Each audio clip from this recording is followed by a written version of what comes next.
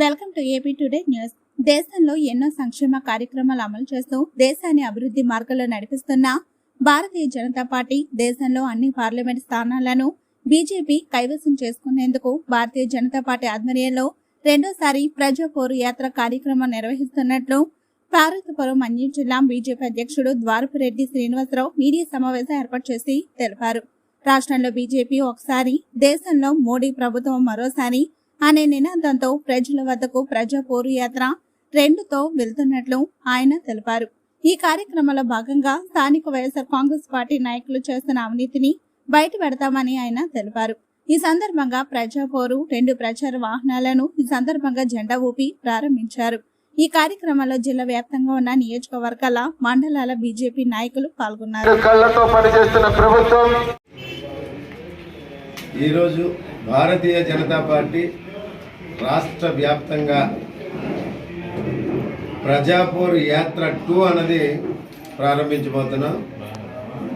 గతంలో ప్రజాపోరు యాత్ర పైన మేము ఒక 15 రోజుల పాటు కార్యక్రమాలు చేయడం జరిగింది. ప్రతి గ్రామం వెళ్ళి భారతీయ జనతా పార్టీ అభివృద్ధి పదంలో దేశాన్ని ఎలా నడిపిస్తుంది, అలాగే ఇక్కడున్న ప్రభుత్వాలు ఎలా నడుస్తున్నాయని మేము ప్రజలకు చెప్పడం జరిగింది గతంలో.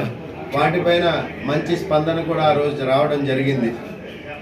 అలాగే అదే ప్రోగ్రామ్ ఈవేళ మళ్ళా ఎన్నికల ముందు ప్రజల దగ్గరికి భారతీయ జనతా పార్టీ వెళ్ళి మద్దతు కూడగట్టాలనే ఉద్దేశంతో దేశంలో భారతీయ జనతా పార్టీ ఏదైతే 370 ఆర్టికల్ రద్దు చేసిందో దాని ప్రకారం ఈవేళ ఆ 370 అధికారులను అనుసరిస్తూ ఈవేళ 370 పార్లమెంట్ స్థానాల్ని ఒక్క భారతీయ జనతా పార్టీ సాధించాలనే ఉద్దేశంతో, అలాగే మిత్రపక్షాలతో కలిపి 400 పైచలకు సాధించాలనే లక్ష్యంతో ఈవేళ భారతీయ జనతా పార్టీ నిన్న ఢిల్లీలో జరిగిన సమావేశాలు కూడా ఉద్ఘాటించడం జరిగింది.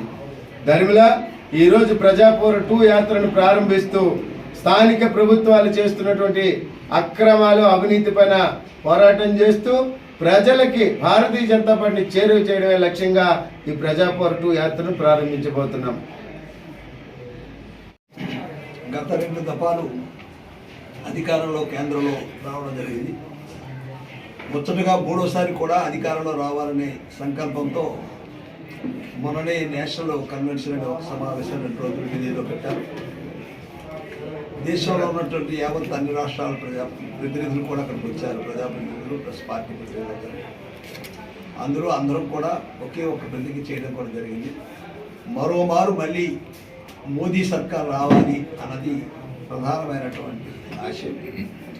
అయితే ఈ 2 దఫాల్లో కూడా ఇప్పటికీ అనేక జాతీయ, అంతర్జాతీయ, మన దేశానికి సంబంధించినటువంటి అనేక కీలకమైనటువంటి సంస్కరణలు, అలాగే సంక్షేమ కార్యక్రమాలు, అలాగే అన్ని రకాలైనటువంటి కార్యక్రమాలకు నిర్వహించడం జరిగింది.